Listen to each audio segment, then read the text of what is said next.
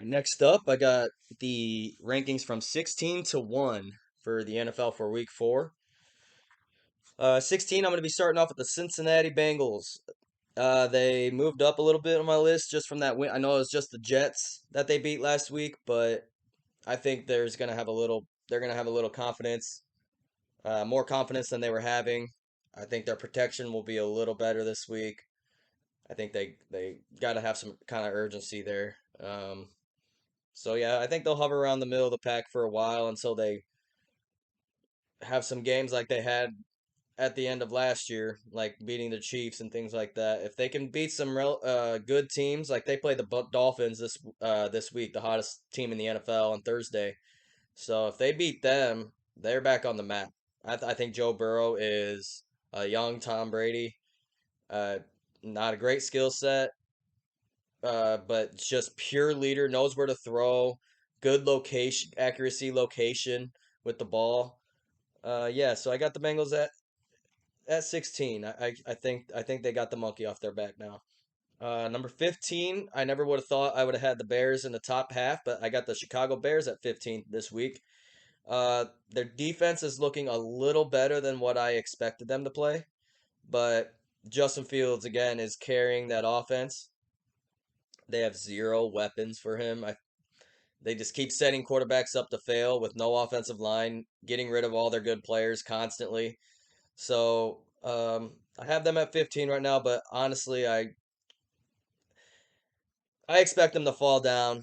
And a big reason why they would probably fall off is because Justin Fields might get hurt. They use the crap out of him, so I think that he has a high risk of getting injured this year just because he's going to be running the ball a lot. He has the team on his back. So I got the Bears at 15. Number 4, I got the Cleveland Browns. I think Jacoby Brissett has been pretty solid for them. Uh, Last week they had a good week against the Pittsburgh Steelers, a division rival. Brissett showed composure, he showed confidence, and he showed that he had good awareness. He doesn't have the best arm, he's not fast or anything like that, but he's a great backup and a decent starter. One of the few, because most people are just starters or backups. He's a guy that he'll be a great backup for you, but if he's your starter, as long as you got good coaching, he most likely will get a win for you. He was uh, good with New England, and I think that was a good pickup for Cleveland. Uh, Number 13, I got the Atlanta Falcons. Probably a little higher than a lot of people, but uh,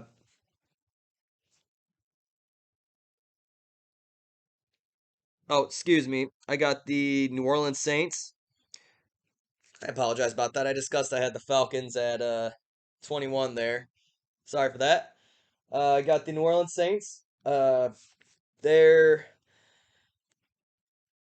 they're a great team. Jameis has been not playing well at all. Uh, I think that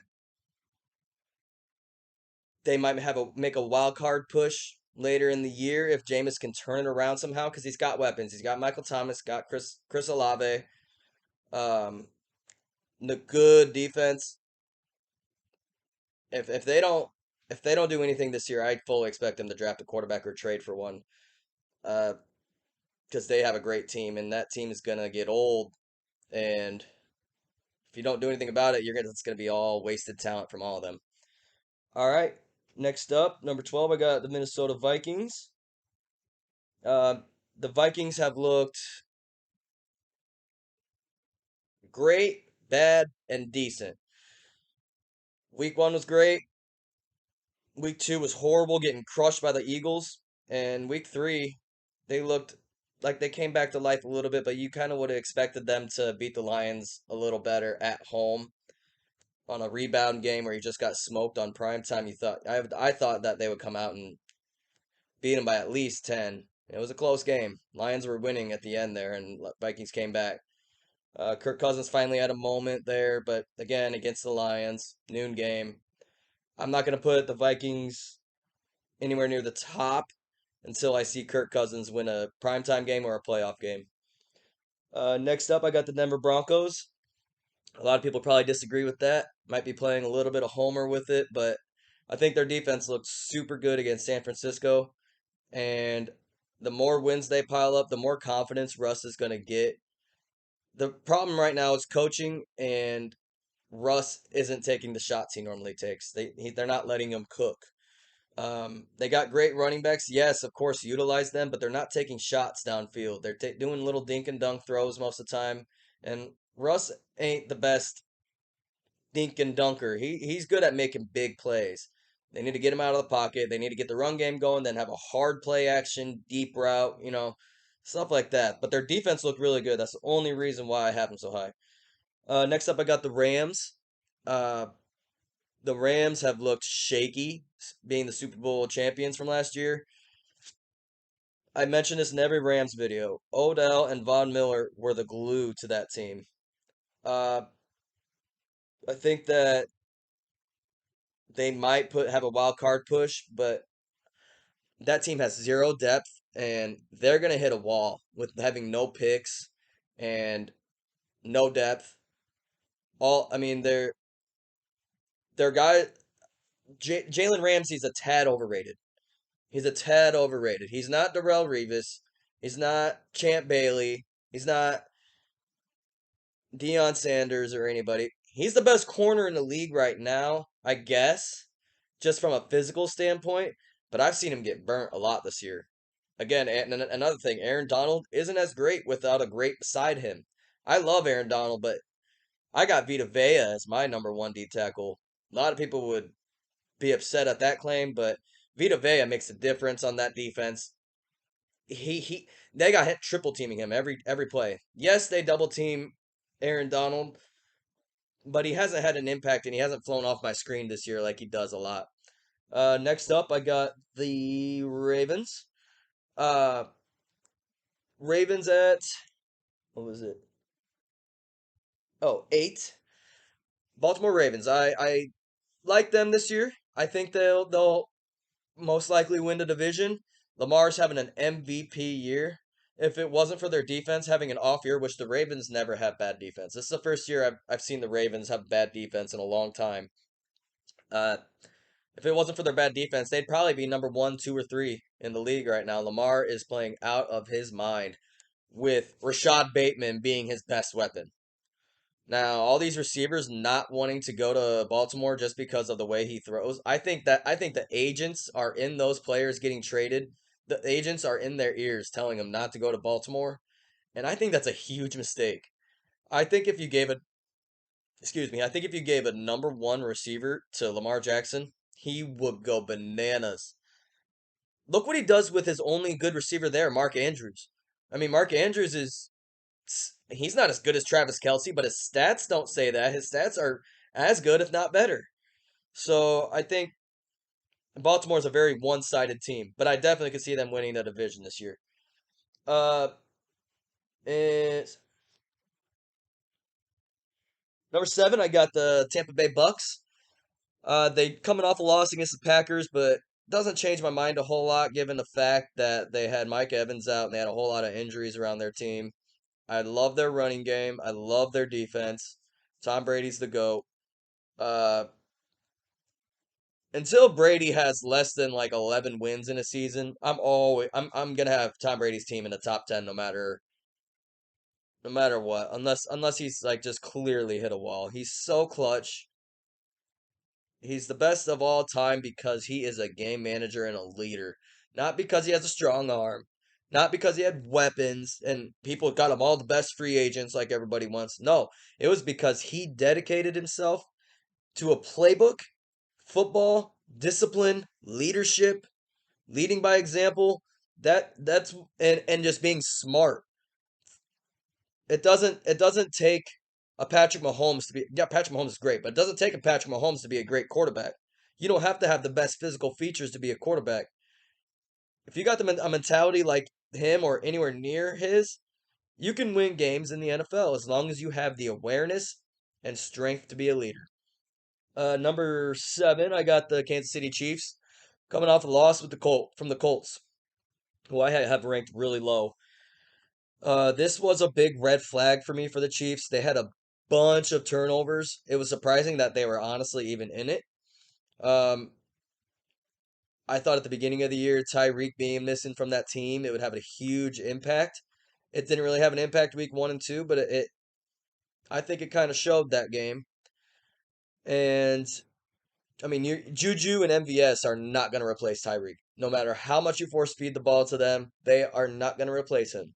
Juju's a number two. MVS is a deep threat. That's it. That's all he can just run straight. And if you have a lapse in coverage, then he's open. He has no particular skill set besides speed. Kelsey being there is helping them be the Chiefs that they normally are. Their defense has looked a little better this year, but still pretty below average. Their pass defense gets torched every week, so not quite breaking into the top five quite yet. Um, Next, I got the Green Bay Packers at 5, coming up against the win against the rivals, Aaron Rodgers and Tom Brady, the two greatest in the game right now. Um, I think that they're gonna win the division. I think Minnesota's too inconsistent, and I don't think the Lions are quite there yet. And the Bears are they'll be fourth in the division. Um, I don't think they'll be quite the threat this year, but I think they'll still win the division. They got a great running game. I love their running back tandem.